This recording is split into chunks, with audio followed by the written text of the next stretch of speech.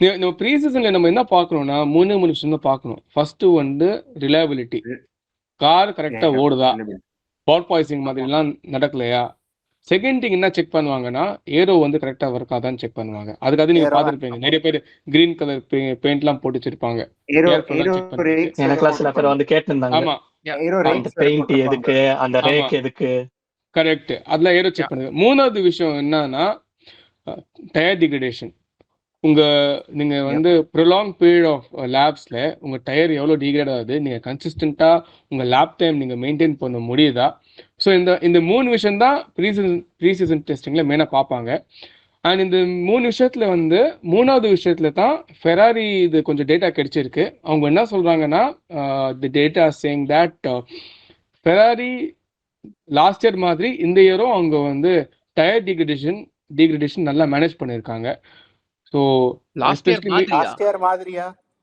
ஆமா, லாஸ்ட் இயரும் நீங்க last year நீங்க எண்ட் ஆஃப் தி சீசன் நீங்க லாஸ்ட் 4-5 ரேசஸ் 6 ரேசஸ் பாத்தீங்கன்னா சொல்லுங்க. இல்ல நான் பாயிண்ட் முடிக்கல.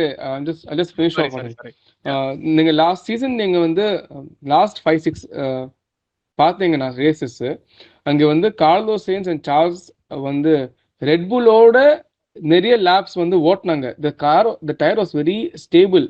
ஆனா அதுல பெர்ஃபார்மன்ஸ் எக்ஸ்ட்ராக்ட் பண்ண முடியல. டயர்ல லைஃப் வந்துச்சு. நீங்க அது வந்து 2021-22ல பாத்தீங்கன்னா டயர்ல நல்லா பேஸ் எக்ஸ்ட்ராக்ட் பண்ண முடிஞ்சிச்சு. ஆனா டயர் லாஸ்ட் ஆகல 21-22ல. 23ல என்ன ஆச்சுன்னா அங்க டயர் லாஸ்ட் பண்ண வச்சாங்க, ஆனா பெர்ஃபார்மன்ஸ் எக்ஸ்ட்ராக்ட் பண்ண முடியல. ஸோ அது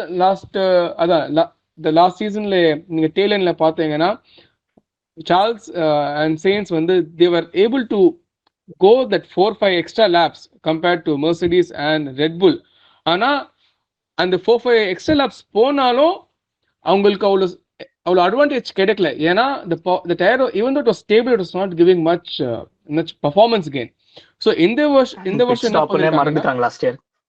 ஆமா, பிட் ஸ்டாப்பே பிகாஸ் சேஃப்டி கார் வந்துட்டும் நம்ம டயர் நல்ல சூப்பரா தான் இருக்கு, இது இன்னும் லாஸ்ட் ஆகும்னு சொல்லிட்டு தான் ஓட்டின தவிர ஆனா அதுல பெர்ஃபார்மன்ஸ் எதுவுமே கெயின் பண்ணல கம்பேர்ட் டு when அந்த ரெண்டு டிரைவர்ஸ்னால கூட இருக்கலாம். இல்ல because they got used to the tire mid season க்கு அப்புறம் they were able to bring it long. ஏன்னா 2 பேர் யோசிச்சிருப்பாங்க, நம்ம டீமை வந்து பிட் ஸ்டாப்புக்கு உட்காந்து யோசிச்சோம்னா வேலைக்கு ஆகாது, இந்த டயர் வச்சு எவ்வளவு தூரம் உருட்ட முடியுமோ அவ்வளவு தூரம் நம்ம உருட்டிட்டு போலான்னு. கரெக்ட். ஆனா that's a good point. ஆனா அதுக்கு ப்ரீவியஸ்ல அதுவும் பண்ண முடியல அவங்களுக்கு. நான் மிட் சீசன்ல இருந்து தான் சொல்றேனே, அவங்க மிட் சீசனுக்கு அப்புறம் தான் 2 டிரைவர்ஸ்மே were able to make the tire longer. அத பார்த்துதான் ஏதோ ஒரு ரேஸ் வந்து Alonso also was going super long. அவங்க 2 பேரை பார்த்துட்டு தான். But Mercedes and RB never tried that last season. RB always had Red Bull always அவங்க கிட்ட எப்பவுமே அவங்க கிட்ட tire degradation was always good. Degradation also நல்லா தான் இருந்துச்சு, அவங்களுக்கு பெர்ஃபார்மன்ஸ் நல்லா இருந்துச்சு. Ferrari எந்த அளவுக்கு நல்லா இருந்துச்சுன்னா I think towards the end of the season ஒரு ரேஸ்ல Max was leading like 22 seconds. He insisted that he would come back in Austria and not towards the end அப்ப mid season லயே அது. Okay, Austria என்ன பண்ணுவானா 25 இருக்கும், he will pit for another time like finally fastest lap வேணும்ட்டு Leclerc வந்து பின்னாடி வந்து 3 செகண்ட்ஸ்ல சேஸ் பண்ணிக்கிட்டு இருப்பா, இவன் வந்து டயர் வார்மிங் பண்ணிக்கிட்டு இருப்பான் முன்னாடி. ஆமா, லைக் ஐ வாஸ் லைக் என்னடா பண்ற, கடைசி மொமெண்ட்ல மட்டும் சால்வ் பண்ணடா, அங்க ஸ்ட்ரீக்கே ஓவர். லைக் இந்த வின் ஸ்ட்ரீக் வச்சிருந்தான்ல லைக் 7 or something அந்த மாதிரி டைம்ல இருந்தது அது. அந்த ஸ்ட்ரீக்கே ஒரு ஆனா இவன் வந்து முன்னாடி போய் டயர் வார்மிங் பண்ணிட்டு, நீங்க வந்து ஸ்ட்ரீமிங் போய் பாத்தீங்கன்னா தெரியும். லெக்லர் வந்து அவன் ஃபுல் ஸ்பீட்ல வந்துகிட்டு இருப்பான், இவன் வந்துட்டு வேன்னு வீவிங் பண்ணிக்கிட்டு இருப்பான். அதுக்கப்புறம் he will do the fastest lap and he will get all the 26 points in that. So that was the status of Red Bull actually. Red Bull, so going back to pre-season testing, இந்த வருஷம் என்ன சொல்லிருக்காங்கன்னா ஃபெராரியோட performance slightly பெட்டரா இருக்கு. don't get hyped up, ஏன்னா எல்லாமே tune down engine தான். ஆனா அவங்க லாஸ்ட் இயர் எண்ட்ல மெயின்டைன் பண்ண மாதிரி டயர் டிகிரேடேஷனும் நல்லா இம்ப்ரூவ் ஆயிருக்குன்னு சொல்லியிருக்காங்க. மெர்சிடிஸ் வந்து மிக்சட் சிக்னல்ஸ் கிடைச்சிருக்கு நம்மளுக்கு. லைக் ஷேர் சொன்ன மாதிரி ஜார்ஜ் ரசலோட டைமிங் பார்த்தீங்கன்னா வாவ் அன்பிலீவபுளா இருக்கு சொல்லலாம். ஆனா அந்த டைம் எப்போ செட் பண்ணாங்க, எந்த சுச்சுவேஷன்ல செட் பண்ணாங்க அது நமக்கு தெரியாது. ஃபியூல் லோட் தெரியாது, டைப் ஆஃப் காம்பவுண்ட் தெரியும். ஆனா தெரியும். நீங்க நீங்க நீங்க டைரக்டா நீங்க அந்த லீடர் போர்ட் பார்த்தா you not have any idea Ki when it happened. So their reliability is really good because I think Hamilton வந்து I think 123 laps complete பண்ணாரு through the 3-day testing which was there, right? So Mercedes அது வந்து ஆல்போன் one day 120 laps test பண்ணாரு. ஆமா. So that's a bigger vouch for reliability than what Lewis did. No, but I feel this year Williams will be better improvement. but last year reliability sideல நான் வந்து ஃபெராரியோட reliability நான் சொல்லியே ஆகணும். ஏன்னா the most number of laps clocked this season in pre-season testing Haas 440, second Ferrari 410 16 20 என்னமோ 38 வேணும்.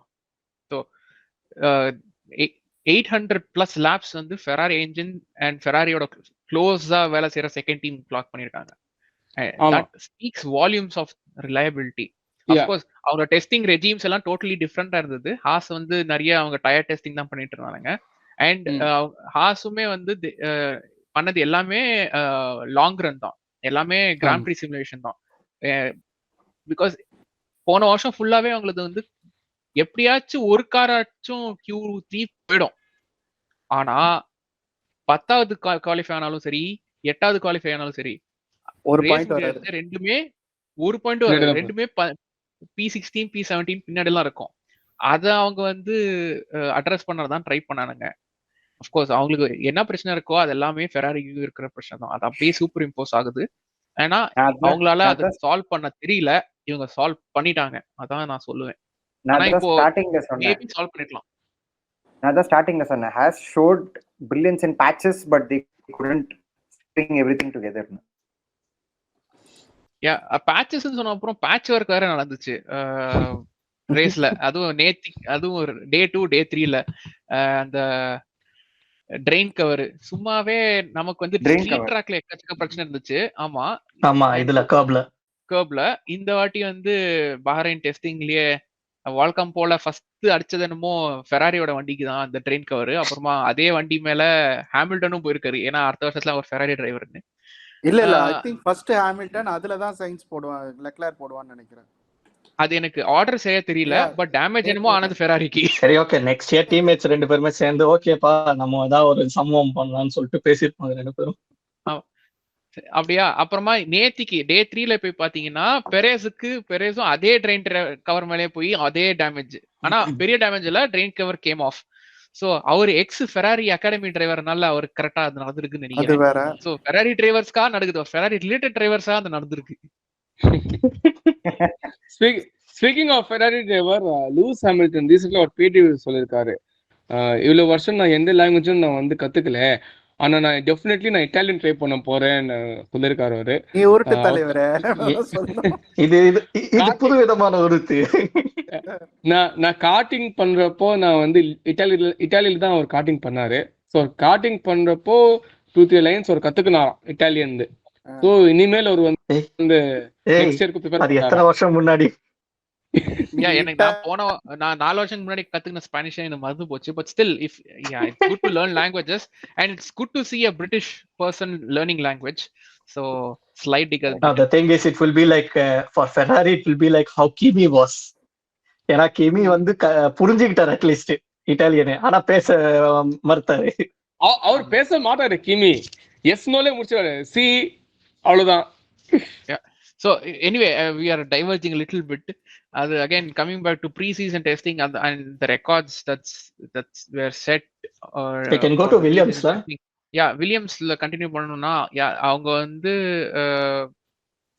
first day was very bad. Reliability issues இருந்துச்சு. I think யாசிர் வந்து ஸ்டக் ஆயிட்டாருன்னு நினைக்கிறேன் வீடியோ. பட் அவர் வந்து ரிலையபிலிட்டி இஷ்யூ இருந்துச்சு அண்ட் அதை சால்வ் பண்ணிட்டு சால்வ் பண்ணி day 2 and day 3 they really improved. Day 2 வந்து இவன் அவன் பேர் என்ன, ஆல்பனா, நோ லோகன் சார்ஜென்ட், அவனே வந்து 100+ லேப்ஸ் ஓட்டினான், 120 laps or something. And day 3ல வந்து Albon also raked in lot of laps, lot of data. நிறைய செக் பண்ணிட்டே இருந்தானுங்க வண்டியில என்னெல்லாம் பண்ணாங்க. They have brought in a new steering wheel with the display on to the steering wheel. இவ்வளவு நாளா வந்து சாசியில தான் இருந்துச்சு அது மவுண்டிங். பட் இப்போ அவங்க ஸ்டீரிங் வீல எடுத்து வந்திருக்காங்க. And yeah, it's good to see Williams improving and trying their best with the limited resources that they have. ஏன்னா அவங்க வந்து அவங்களோட இன்ஃப்ராஸ்ட்ரக்சர் எல்லாத்தையும் இன்வெஸ்ட் பண்ணணும், புதுசா கட்டணும்ன்றதெல்லாம் கேட்டாங்க. ஆனா பட்ஜெட் கேப் ரெகுலேஷன்ஸ்னால அதை அலோவ் பண்ணல. ஸோ இருக்கிறத வச்சு அவங்க பேட்ச் அப் பண்ணி தான் அவங்க ஓட்டிக்கிட்டு இருக்காங்க. அந்த ஓட்டியும் அவங்களால வந்து ஓரளவுக்கு நல்ல பெர்ஃபார்மன்ஸ் பண்ண முடிஞ்சிச்சு. லாங் ரன் வாஸ் டைமிங் வந்து it was pretty close to Aston Martin again, so much better than last year's timings towards the end of the season. I feel slow improvement with slow and steady improvement. ஏன்னா அந்த budget cap ஒன்று இருக்கிறதுனாலே maybe James Vowles is not able to bring out the true essence of a Williams. அந்த பழைய இது. And இது வந்து நான் யுகேந்திரனோட கான்செப்டுக்கு ஒத்துப்பேன். Nepotism is what killed that team. இது வந்து டோட்டலா யுகியோட சைட்ல தான் நான் பேசுவேன். Because sometimes I don't agree nepotism is killing in big sports like motorsports. Sometimes it goes good. ஏன்னா லெகசி வந்து சில பேர் கரெக்டா ஃபாலோ பண்ணுவாங்க. இந்த விஷயத்துல வந்து she should have been the forerunners, like Susie Wolf மாதிரி அங்க forerunners இருந்திருக்கணும், Wolf மாதிரி. But sadly it became worse. But I'm happy to see James Wolf வந்து அந்த எங்கெங்க பிரச்சனை இருக்குதுன்னு ஒன்னொன்னா ஸ்மாலா இது பண்றாரு. And that's why I don't want even Albon, the rumors that Albon is gonna go for a Red Bull again, that I don't want, because same thing I didn't want George Russell to go to Mercedes. அங்க உன்னை வச்சு இது பண்ணுவாங்கடா. It's winning a championship with Williams is more prestigious than winning with Mercedes or a Red Bull, in my opinion. ஆமா. I think he meant Claire Williams, not Susie Wolf, if I'm not wrong. No, Susie Wolf மாதிரி Claire Williams வந்து Susie Wolf மாதிரி ஆகி இருக்கணும் F1 இதுக்குள்ள, அந்த fame ஆகி இருக்கலாம். ஆனா பிரான்ஸ் வில்லியம்ஸ்க்கு ரெண்டு பசங்களும் இருந்தாங்க, அவங்களுக்கு சான்ஸ் கொடுக்கல போல வில்லியம்ஸ் நடத்துறது. Maybe she overpowered it inside the family. Could be. Because I believe she was more interested in Formula 1 than her siblings. One of their son was actually quite interested in running the team, it seems. That's what I heard. But I do not know. But நான் பார்த்ததுல இருந்து it was always Claire Williams who always accompanied her father, even since BMW Williams days. Yes. So எனக்கு I've never seen a photograph of her siblings. So எனக்கு when they eventually appointed Claire Williams in 2010, I think I understood the transition was happening. எனக்கு okay நார்மலா தான் இருக்கு, ஏன்னா family own பிசினஸ்னால அப்படிதான் நடக்கும் அப்படின்னு. But management and especially the deal with the scroll family broke the Williams team. It made them overly reliant on external funding more than one விஷயம் என்னன்னா Williams was always a launch pad for raw talents. நிறைய top drivers வந்து Williams recruiting was one of the best எனக்கு கேட்கலாம் in Formula 1. So வில்லியம்ஸுக்கும் மினாடிக்கும் என்ன டிஃப்ரென்ஸ்னா, மினாடி வந்து யூனிவர்சிட்டிலேயே வந்தவங்க and 2-3 வருஷம் இருக்கிற எக்ஸ்பீரியன்ஸ், லோவர் F3 F4ல GP3 GP4ல இருந்த எக்ஸ்பீரியன்ஸ் ஆன இன்ஜினியர்ஸ் எடுப்பாங்க. வில்லியம்ஸ் வந்து they give engineers the first chance in F1, but those engineers வந்து ஏற்கனவே F2ல நிறைய கன்சிஸ்டண்டா பெர்ஃபார்ம் பண்ணுவாங்க ஆர் மினாடிலேருந்து எடுத்திருப்பாங்க. அண்ட் டிரைவர்ஸ் எஸ்பெஷலி வில்லியம்ஸ்க்கு வந்து கன்சிஸ்டண்டா ஒரு டிரைவர் 3 வருஷத்துக்கு மேல ஓட்டிருக்க மாட்டான். அவங்களோட என்டையர் ரெக்கார்ட்லயே வந்து 5 வருஷம் ஒரு டிரைவர் ஓட்டிருக்காங்கன்னா ரொம்ப ரேரு. அவங்க எப்பவுமே மாத்திட்டே இருப்பாங்க, புது டிரைவர்ஸ்க்கு நிறைய சான்ஸ் கொடுத்துட்டே இருப்பாங்க. ஸோ ஜென்சன் பட்டன், நிக்கோ ராஸ்பர்க், நிக்கோ ஹில்கன்பெர்க், அப்புறம் வேற யாரு, ஜாக் வில்னவ், டேமன் ஹில், இவங்க எல்லாரையும் வந்து ஃபார்முலா 1ல எடுத்து வந்தது அவங்க தான். அதே போக்குல லான்ஸ் ஸ்ட்ரோல் எடுத்து வர ட்ரை பண்ணானுங்க. அஃப்கோர்ஸ் அவன் வந்தப்போ வந்து Lance Stroll had a lot of hype. He was, ஏன்னா Williams bought him from F1 Ferrari F1 Academy. அவங்க காசு கொடுத்து அவனை ரிலீஸ் பண்ண வச்சாங்க ஃபெராரி கிட்ட இருந்து. ஸோ அப்போ அவனோட ஹைப் லெவல் நிறையவே இருந்தது. பட் அந்த நர்ச்சரிங் என்வாயரன்மெண்ட் அப்போ வில்லியம்ஸ்ல இருக்கல. அது ஒரு drawback. Of course Valtteri Bottas was also Williams pick தான். ஸோ பட் அச்சுத் சொன்ன மாதிரி வில்லியம்ஸ்ல சாம்பியன்ஷிப் ஜெயிக்கிறது வந்து it's a different feeling. Niki Lauda இருந்திருந்தாருன்னா அவரும் அதான் சொல்லிருப்பாரு. Niki Lauda convince Hamilton saying how would it feel if you were the first driver to win a championship in Mercedes after 50 years. அதே மாதிரி தான் these are legacy teams, legacy names in the sport. எப்படி Kimi Raikkonen winning with Lotus in 2012. அவர் மெக்லாரன்ல ஜெயிச்சாரு, ஃபெராரில சாம்பியன்ஷிப் ஜெயிச்சாரு. ஆனா winning in Lotus தான் எல்லா ஃபேன்ஸ்லயும் இன்னும் மைண்ட்ல நிக்குது. ஆமா, எல்லா பேங்க்ஸும் கூட. ஆமா. By the way, Williams also was launchpad for Mark Webber. Mark Webber, Nico Rosberg, and one of our favorite Juan Pablo Montoya. அவரெல்லாமே வில்லியம்ஸ் தான் வந்தாங்க. ஆமா. Juan was also there. ரால் ஷூமேக்கருக்கும் அவங்க செகண்ட் சான்ஸ் கொடுத்தாங்க. ரால் ஷூமேக்கர் கொடுத்தாங்க. BMW Williams. நம்ம ரூபன்ஸ் பாரிகெல்லோ. ஆமா. Oh yeah. No. He ended in Williams. Williams. Okay. No, but still. No. Chance கொடுத்தது அவங்க தான். ரூபன்ஸ் பாரிகெல்லோ வந்து he is not good enough சொல்லிட்டு தான் தொடுத்திட்டாங்க. ஆஃப்டர் அப்புறமா from Braun வந்து from Braun or from Mercedes. Yeah. But still. Yeah. I understand. I get the point here. But Williams வந்து seems very good. But இந்த pre season டெஸ்டிங்ல எனக்கு ரொம்ப surprise பண்ணது என்னமோ Haas with the long run and also lack of McLaren's டெஸ்டிங். ஏன்னா இந்த வருஷம் வந்து மெக்லாரனும் வில்லியம்ஸும் தான் லீஸ்ட் நம்பர் ஆஃப் லாப்ஸ் ஓட்டாங்க ப்ரீ சீசன் டெஸ்டிங்ல. 299, 315. ஆமா, that was surprising. which is exactly ரொம்ப சர்ப்ரைசிங் எனக்கு. அவங்க அண்ட் மெக்லாரனுக்கு வந்து ஃபர்ஸ்ட் டெஸ்ட் சூப்பரா இருந்தது, பிரச்சனையே இல்லை. எல்லாம் அவங்க எடுத்து வந்த எல்லா ப்ரோக்ராமும் கரெக்டா பண்ணாங்க. But second and third day was lot of hiccups. I think third டேல வந்து லாண்டோ நாரிஸ் 20 லேப் தான் ஓட்டான். பேஸ் 1 லேப் பேஸ் நல்லா இருந்தது ஃபர்ஸ்ட் ஸ்டார்டிங்ல. அதுவும் C3 டயர்லயே he was like P5 or something in the day in higher temperatures situations. But reliability sideல இன்னும் அவங்க நிறைய இம்ப்ரூவ்மெண்ட் பண்ண வேண்டியது மாதிரி இருக்கு. ஆனா அது நிறைய ரவுண்ட்ஸ் பண்ணாதான். ஏன்னா last year they were able to figure out all of the issues before the mid season because they did so much in the testing. நம்மளே அவ்வளோ கலாய்ச்சிருந்தோம், எதோ பண்ணிட்டு இருக்குது அவ்வளோதான் மெக்லாரன் சொல்லிட்டுன்னு. ஆனா because of this testing they were able to figure out which part.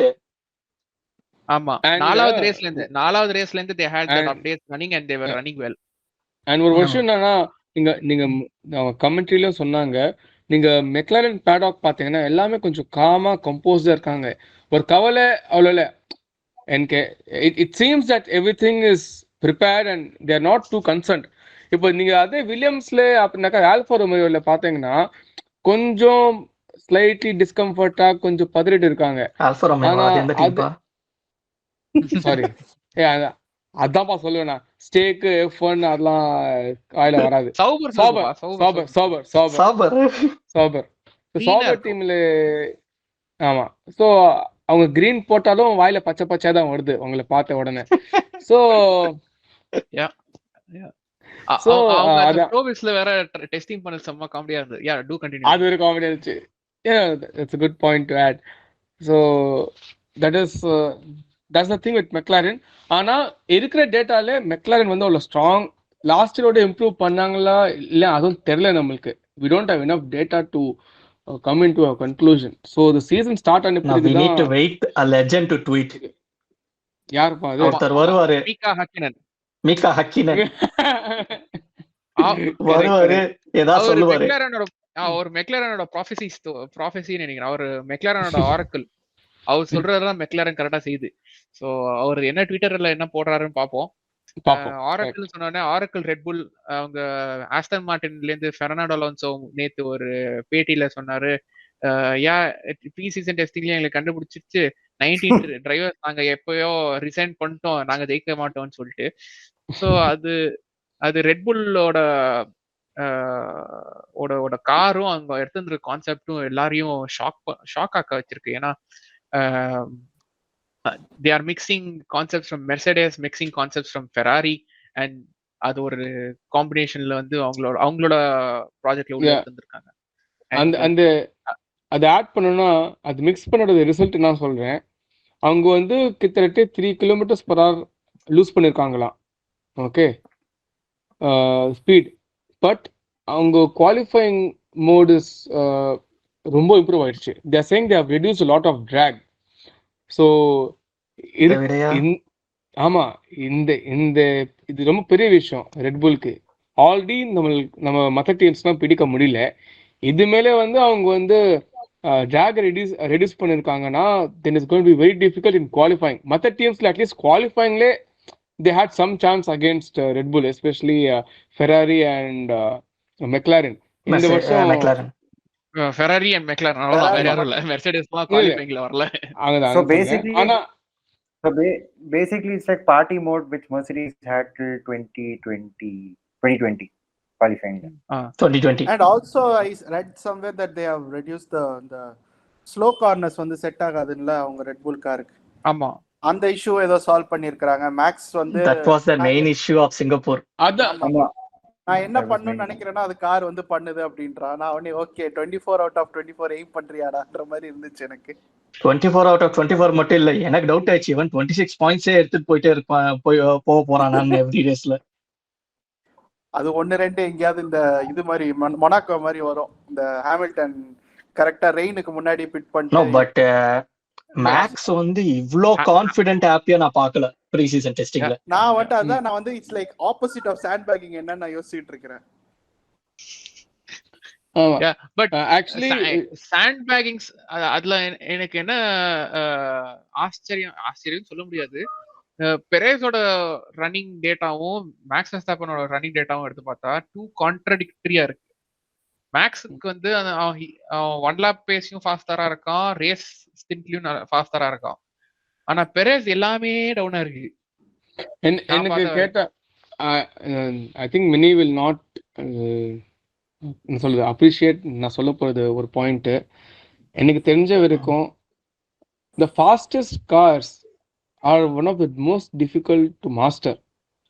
And எனக்கு தெரிஞ்ச வரைக்கும் maths knows and he has the capability to extract that performance from RB.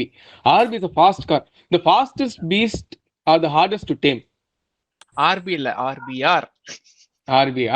அப்படி சொல்லுங்க. கரெக்ட். எனக்கு டக்குனு கன்ஃபியூஸ் ஆச்சு. ஆமா மேக்ஸ் வெர்ஸ்டாப்பன் ரேசிங் புல்ஸ் ஓட்டாரு. இது ஒருத்தர் ரேசிங் புல்ஸ் அப்படினா ரேசிங் புல்ஸ் கிடையாது. RB stands for வேற என்னவோ. It's not racing bulls. என்னவா இப்போ அது வந்து வெறும் ரேசிங் புல்ஸ் ஃபுல் ஃபார்ம்ல வைக்காதீங்க அப்படிட்டானுங்க. அப்படிதான் சொல்வாங்கப்பா. காப்பிரைட் இஷ்யூ ஆயிடுங்க. அதுக்காக தான். You can say that a cat ran over the keyboard and this is submitted it. அது RB தான் கரெக்ட்டா வரும். இல்ல இதுக்கு பொட்டியே அப்படியே சாத்திக்கிட்டு ராரர் ரோசன் வெச்சா நம்மளும் ஹாப்பியா இருப்போம், ஃபேன்ஸும் ஹாப்பியா இருப்பாங்க, கிரிட்டும் ஹாப்பியா இருக்கும். பண்ண மாட்டோம். சோ ஆமா சோ RBRல Max and machinery man and machine. ஆமா எனக்கு தெரிஞ்ச வரைக்கும் அந்த காரை டேம் பண்ணது, அந்த புல்லை டேம் பண்ணது மேக்ஸ் தான் எனக்கு கேட்டா. சோ ஒரு காலத்துல ஒரு அனிமே இருந்துச்சு டிராகன் பூஸ்டர்னு, அந்த மாதிரி. அந்த இது அவதார்ல பாத்திருப்பீங்கல்ல, ஹேர் வச்சு கனெக்ட் பண்ணிருப்பாங்க. அந்த மாதிரி he's like connecting with this Red Bull. By the way, RB20's cornering speed is higher now. This according to latest data. Yeah, they have reduced that issue. So Singapore கூட ஜெயிக்கலாம்னு நினைக்கிறாங்க போல இருக்கு. ஆமா, சிங்கப்பூர்ல சேஸ் பண்ணியும் ஜெயிக்கலாம்னு நினைக்கிறாங்க. இல்ல ஒரு கார்லாண்டோ சிங்கப்பூர்ல ஃபர்ஸ்ட்ல இருந்தா ஜெயிப்பாங்க, ஆனா பின்னாடி இருக்கவங்க ஜெயிக்கணும். No, I mean, இல்ல already his இன்னொரு guy was கார்லாண்டோ good in சம்பவம் தான் நம்ம early வெயிட் பண்ணோம். years. இல்ல கார்லாண்டோ நாம கார்லாண்டோ சம்பவத்தை வெயிட் பண்றோம், அவங்க வந்து ஜார்ஜ் சம்பவத்தை வெயிட் பண்றாங்க. அவ்வளவுதான் டிஃபரன்ஸ். ஏன்னா ரசல் எங்கேயாச்சும் விடுவான், எல்லோ பிளாகோ இல்ல சேஃப்டி காரோ வரும், அந்த கேப்ல பிட் பண்ணிட்டு புது ஃப்ரெஷ் டயர்ஸ் வாங்கி If you look at it, if you look at it, the essence of Latifi never left the grid. ஆமா, அதுவும் அதே டீம்ல லோகன் சார்ஜென்ட்லாம் வேற இருக்கிறப்போ why will that essence go? இல்ல லோகன் சார்ஜென்ட் வந்து அவர் மைல்ஸுக்கு கிலோமீட்டருக்கு டவுட் ஆயிட்டே வந்து அவர் பாட்டி நார்மலா ஓட்டின்னு இருப்பார் நினைக்கிறேன். ஆனா அந்த அளவுக்கு லோகன் சார்ஜென்ட் மேல நமக்கு வந்து ரொம்ப லோவர் எக்ஸ்பெக்டேஷன்ஸ் தான் இருந்துச்சு. ஆனா அந்த லோ எக்ஸ்பெக்டேஷனுக்கு ஏத்த மாதிரி அவர் நல்லாவே பர்ஃபார்ம் பண்ணாருன்னு தான் நான் சொல்லுவேன். அந்த அளவுக்கு ஒன்றும் மோசமா இல்ல. ஹையா எக்ஸ்பெக்டேஷன் வச்சது வந்து நிக் டெஃப்ரி மேலதான் போன வருஷம். அவன் சுத்தமா டமாலுன்னு விழுந்துருச்சு. டபால் விழுந்து போயிட்டு அவன் வந்து now he had to pay the penalty to that sponsored team. ஆமா, because he according to the clause he had to complete a whole season. அது ஒண்ணுதான் அவனை காப்பாத்திட்டு இருந்துச்சு. ஆமா, அண்ட் அது போக வந்து இப்போ மஹிந்திராவுக்கு ஃபார்முலா ஈல வர வந்திருக்காரு. அண்ட் மஹிந்திரா டீம் சுத்தமா பெர்ஃபார்ம் பண்ணல. 2 ரேஸ் ஆச்சு, 3 ரேஸ் ஆச்சு, 3த்துலயும் ஒரு பாயிண்ட் கூட கிடைக்கல. So I think that's the analysis of the rise and fall of the debris. Yeah. நல்லா ஃபை ஐசே ஆகல, ஃபால் ஆயிடுச்சு. ஆமா. Yeah. So அந்த பெல் கவர் ரீச் பண்றதுக்கு முன்னாடி கீழ போயிடுச்சு.